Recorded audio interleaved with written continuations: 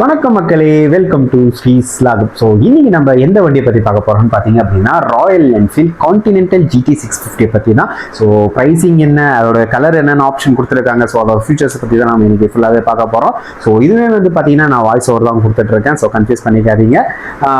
வளவலன்னு பேசாமல் நேராக வீடியோக்குள்ளே போகலாமா?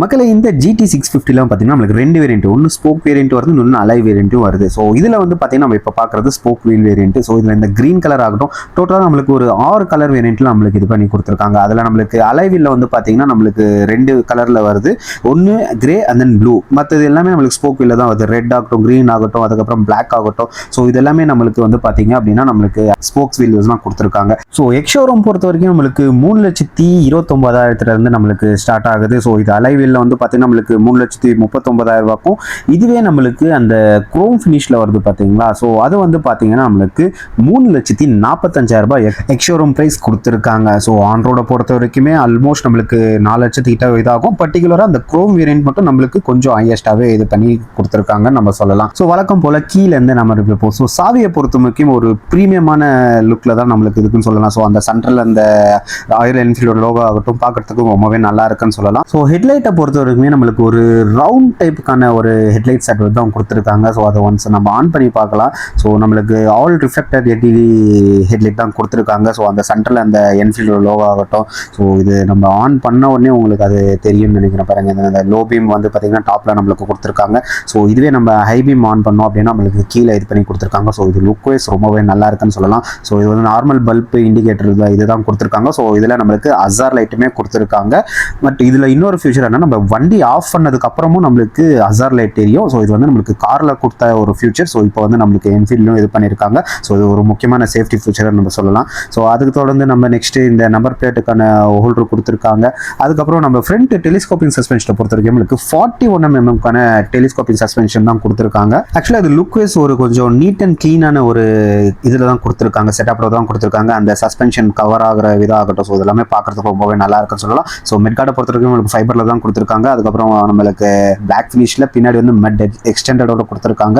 அதை தொடர்ந்து நம்மளுக்கு டயரை பொறுத்த வரைக்கும் நம்மளுக்கு ஒரு ஸ்போக் வீல்ல, இது ஆக்சுவலாக வந்து பார்த்தீங்கன்னா ஸ்போக் வீல் தான். பட் இதில் கொடுத்துருக்கிறது வந்து பார்த்தீங்கன்னா டியூப்லெஸ் டயர் தான் கொடுத்துருக்காங்க. பட் நம்ம டியூபும் வேணும், நம்ம இது பண்ணி போட்டுக்கலாம். பட் இதில் கொடுத்துருக்கிறது வந்து பார்த்தீங்கன்னா நம்மளுக்கு டியூப்லெஸ் டயர் தான் கொடுத்துருக்காங்க. ஒரு ப்ரீமியமான ஒரு டயர் தான். ஸோ இது வந்து பார்த்தீங்க அப்படின்னு ரெடிஸ்டன் கி டயர் செட்டப் தான் கொடுத்துருக்காங்க. ஸோ இது வந்து பார்த்தீங்கன்னா நம்மளுக்கு டயரை பொறுத்த வரைக்கும் நம்மளுக்கு 190 18 inches டயர் தான் கொடுத்துருக்காங்க. ஒரு ரேடியல் டயர் தான், கொஞ்சம் ப்ரீமியமான டயரே கொடுத்துருக்காங்க நம்ம சொல்லலாம். ஸோ அந்த இது பார்த்தாலே உங்களுக்கே தெரியும். ஸோ ஃப்ரண்ட் டிஸ்கை பொறுத்த வரைக்கும் நம்மளுக்கு 320 mm டிஸ்க் தான் கொடுத்துருக்காங்க வித் டியூல் சேனல் ABS தான். ஸோ பைபருக்கான நம்மளுக்கு கேலிபர் அசம்பிளி தான் கொடுத்துருக்காங்க. டியூல் சேனல் கேலிபர் தான் நம்மளுக்கு கொடுத்துருக்காங்க.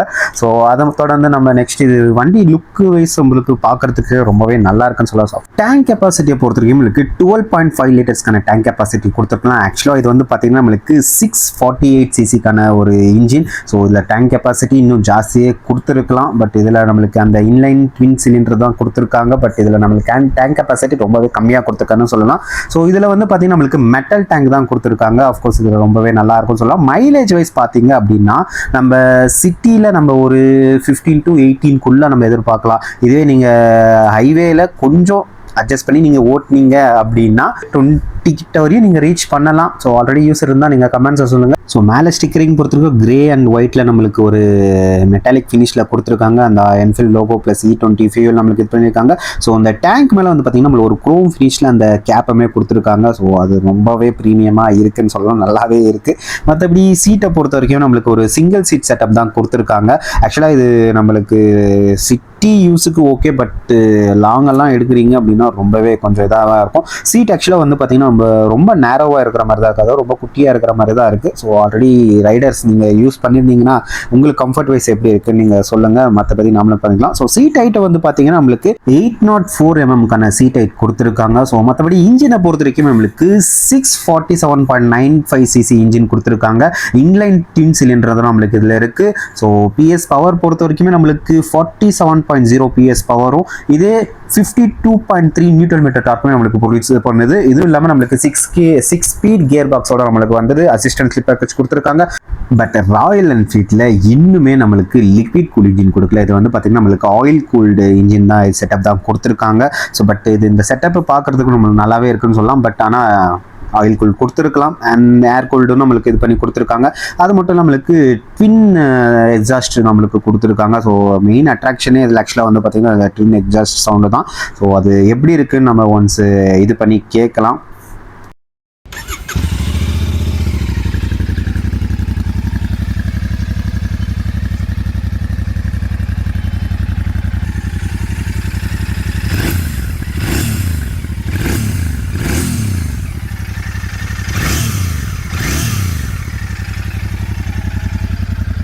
ஆக்சுவலாக ஒரு ஸ்மூத்தான எக்ஸாஸ்ட் சவுண்டு தான் வருது. ஆக்சுவலாக ராயல் என்ஃபீல்டுனாலே கொஞ்சம் ரக்கடான இது தான். பட் இது வந்து பார்த்திங்கன்னா நம்மளுக்கு ரொம்பவே ஸ்மூத்தாக இருக்குன்னு நம்ம சொல்லலாம். ஸோ அந்த எக்ஸாஸ்ட் சவுண்ட் ஆகட்டும், ஸோ அது எப்படி இருக்குன்னு நீங்கள் ஒன்ஸ் கமெண்ட்டில் சொல்லுங்கள், நம்ம பார்க்கலாம்.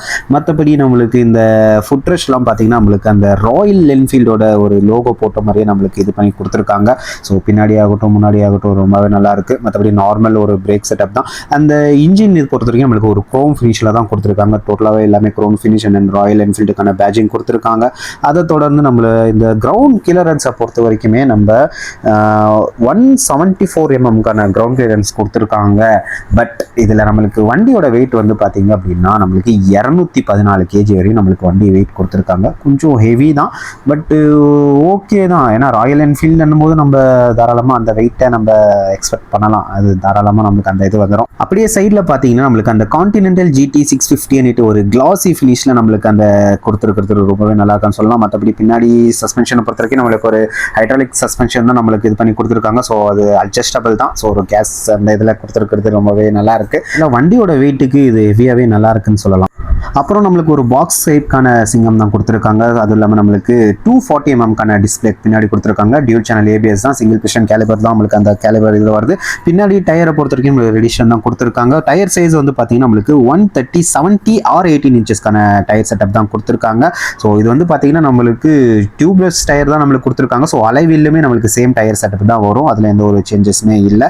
மற்றபடி நம்ம அந்த பின்னாடி டைல் லேம்பை பொறுத்த வரைக்கும் நம்மளுக்கு நார்மல் ஒரு பல்ப் செட்டப் தான் நம்மளுக்கு கொடுத்துருக்காங்க. ஸோ இதில் நம்மளுக்கு LED கொடுத்துருக்கல, இங்கேருந்து பார்த்தாலே தெரியும். அப்புறம் நம்மளுக்கு அந்த இண்டிகேட்டர் மேலே நம்மளுக்கு அந்த ஒரு குரோம் ஃபினிஷில் கொடுத்துருக்காங்க. அதுக்கப்புறம் கீழே நம்மளுக்கு இந்த நம்பர் பிளேட்கான இது, அப்புறம் பின்னாடி ஒரு ரிஃப்ளெக்டருமே நம்மளுக்கு இது பண்ணி கொடுத்துருக்காங்க நம்ம சொல்லலாம். அப்படியே லெஃப்ட் சைடு வந்தோம்னா நம்மளுக்கு ஒரு சாரி கார்டு இது கொடுத்துருக்காங்க. பின்னாடி நம்மளுக்கு லேடிஸ் ஃபுட் ரெஸ்ட் இல்லை. Side stand engine cut off சென்சாருமே நம்மளுக்கு கொடுத்துருக்காங்க. அதுக்கப்புறம் நம்மளுக்கு இந்த கியர் இது ஷிஃப்டருமே வந்து பார்த்தீங்கன்னா கொஞ்சம் டிஃப்ரெண்ட்டாகவே கொடுத்துருக்காங்க. ஸோ 6 ஸ்பீட் கியர் பாக்ஸ் நம்மளுக்கு இதில் வந்துடுது. மற்றபடி இதில் சென்டர் ஸ்டாண்ட் இருக்காது. அது ஓப்பன் செயின் செட்டப் பண்ணுறதுனால நம்மளுக்கு கொஞ்சம் மெயின்டெனன்ஸ் பண்ணுற மாதிரி தான் இருக்கும். உங்களுக்கு கிளிப் ஹேண்டில் பார் செட்டப் தான் கொடுத்துருக்காங்க. ஸோ வைப்ரேஷன் கண்ட்ரோல் பண்ணுறதுக்கான ஒரு சின்னதாக ஒரு செட்டப்பும் கொடுத்துருக்காங்க. மற்றபடி நம்மளுக்கு சுவிட்சஸை பொறுத்த வரைக்குமே நமக்கு கொஞ்சம் ரொம்பவே நல்லா இருக்கு. ஸோ கில் சுவிட்ச் அந்த நார்மு செல்ஃபும் இதிலே இருக்கும். ஸோ ஹசார் லைட்டுமே நம்மளுக்கு இதில் இது பண்ணி கொடுத்துருக்காங்க. அதே மாதிரி நம்ம லெஃப்ட் சைடு எடுத்துக்கிட்டோம்னு பார்த்தீங்க அப்படின்னா ஹை பீம் லோ பீம்க்கான சுவிட்ச், அதுக்கப்புறம் இண்டிகேட்டருக்கான சுவிட்ச், அதுக்கப்புறம் நம்மளுக்கு ட்வின் ஹாரனுக்கான ஹார்ன் இதுவுமே கொடுத்துருக்காங்க. ஸோ கிளச்சை பொறுத்த வரைக்கும் நம்மளுக்கு அந்த ஸ்லிப்பர் அசிஸ்டன்ட் கிளச் நம்மளுக்கு ரொம்பவே ஸ்மூத்தாக இருக்குன்னு சொல்லலாம். பட் இதில் நம்மளுக்கு அந்த லிவர் அட்ஜஸ்ட்மெண்ட்டுமே இருக்குது. ஸோ பிரேக்குமே நம்மளுக்கு லிவர் அட்ஜஸ்ட்மெண்ட் இருக்குது. அதே மாதிரி நம்மளுக்கு கிளச்சுக்குமே நம்மளுக்கு லிவர் அட்ஜஸ்ட்மெண்ட் பண்ணுற மாதிரி கொடுத்துருக்கிறது ஒரு நல்ல விஷயம் சொல்லலாம். மற்றபடி நம்மளுக்கு ரவுண்ட் டைப் செட்டப் தான் கொடுத்துருக்காங்க. பட் இதில் கம்பெனியே நம்மளுக்கு ஒரு C டைப்க்கான USB போட்டும் கொடுத்துருக்காங்க. ஸோ அது ஒரு நல்ல விஷயம் சொல்லலாம். ஸோ ஒரு பேசிக் மாடல் நம்மளுக்கு இதில் வந்துடுது. மற்றபடி நம்மளுக்கு இதில் அந்த என்ஃபீல்டுக்கான லோகோ கொடுத்துருக்காங்க. பட் இதில் நம்மளுக்கு அனலாக் டிஸ்பிளே செட்டப் தான் கொடுத்துருக்காங்க. அந்த குரோம் ஃபினிஷில் நம்மளுக்கு மேலே கொடுத்துருந்தாலுமே ஸோ இதில் வந்து பார்த்திங்கன்னா நம்மளுக்கு டிஜிட்டலாக ஒரு சின்ன இன்ஃபர்மேஷன் மட்டும் தான் வரும். ஸோ இந்த அனலாக் டிஸ்பிளே வந்து பார்த்திங்கன்னா நம்மளுக்கு கொஞ்சம் மாடர்னாக இப்போது ஒரு ரீசெண்டாக வந்ததில் நம்மளுக்கு கொஞ்சம் இது பண்ணி கொடுத்துருந்தாங்க இல்லையா. ஸோ அந்த மாதிரி கொடுத்துருந்தாங்கன்னா நல்லா இருந்திருக்கும். பட் இவங்க இன்னுமே நம்மளுக்கு அந்த அனலாக் டிஸ்பிளே தான் கொடுத்துருக்காங்க. அந்த குரோம் ஃபினிஷில் நல்லா இருக்குது. அது இல்லாமல் நம்மளுக்கு இந்த சின்ன ஒரு டிஜிட்டல் மீட்டரில் என்னென்ன இன்ஃபர்மேஷன் வரும்னு பார்த்தீங்க அப்படின்னா நம்மளுக்கு அந்த ஃபியூவல் அந்த லெவலுமே, அதுவும் இல்லாமல் அந்த odometer, trip A trip B, so இந்த மாதிரி ஒரு பேசிக் இது மட்டும்தான் கொடுத்துருக்காங்க. ஸோ அதை ஒன்ஸ் நம்ம இது பண்ணி பார்க்கலாம் பாருங்கள். ஸோ இந்த பேசிக் இதில் வந்து பார்த்திங்கன்னா நம்மளுக்கு அந்த ஓடோமீட்டரில் டோட்டல் கிலோமீட்டர், அதுக்கப்புறம் trip A trip B. So அதுக்கப்புறம் நார்மல் அவ்வளோதான். ஸோ இதுதான் கொடுத்துருக்காங்க. இந்த ஸ்பீடுக்கான இது இந்த பக்கம் கொடுத்துருக்காங்க. ஸோ அந்த டேக்கல் மீட்டருக்கான இது கொடுத்துருக்காங்க. மற்றபடி அந்த சின்ன சின்ன டீட்டெயில் இண்டிகேட்டர் ஆகட்டும், அதுக்கப்புறம் ஏபிஎஸ் ஆகட்டும், oil, engine mall function, battery level, அந்த நியூட்ரல் கேர், ஸோ இதெல்லாமே நம்மளுக்கு இதிலே வந்துடுது. ஸோ இது கொஞ்சம் பார்க்கலாம் நெக்ஸ்ட் அப்டேட்டில். அது நம்மளுக்கு இதில் கொஞ்சம் டிஜிட்டல் மீட்டர் வருமா நம்ம எக்ஸ்பெக்ட் பண்ணலாம். பட்டு மேபி எனக்கு தெரிஞ்ச டவுட்டு தான். ஸோ ஓகே மக்களே, இந்த GT650 ஸோ எப்படி இருக்குது, ஸோ யாரெல்லாம் வாங்கியிருக்கீங்க, ஸோ இதோட மைலேஜ் எவ்வளோ வருதுன்றதை நீங்கள் கமெண்ட்டில் சொல்லுங்கள். ஸோ இதெல்லாம் வீடியோ பார்த்ததுக்கு ரொம்ப நன்றி. இதே மாதிரி ஒரு நல்ல வீடியோவில் மீட் பண்ணலாம். தென் டாடா பை ஃப்ரெண்ட்ஸ், பாய்.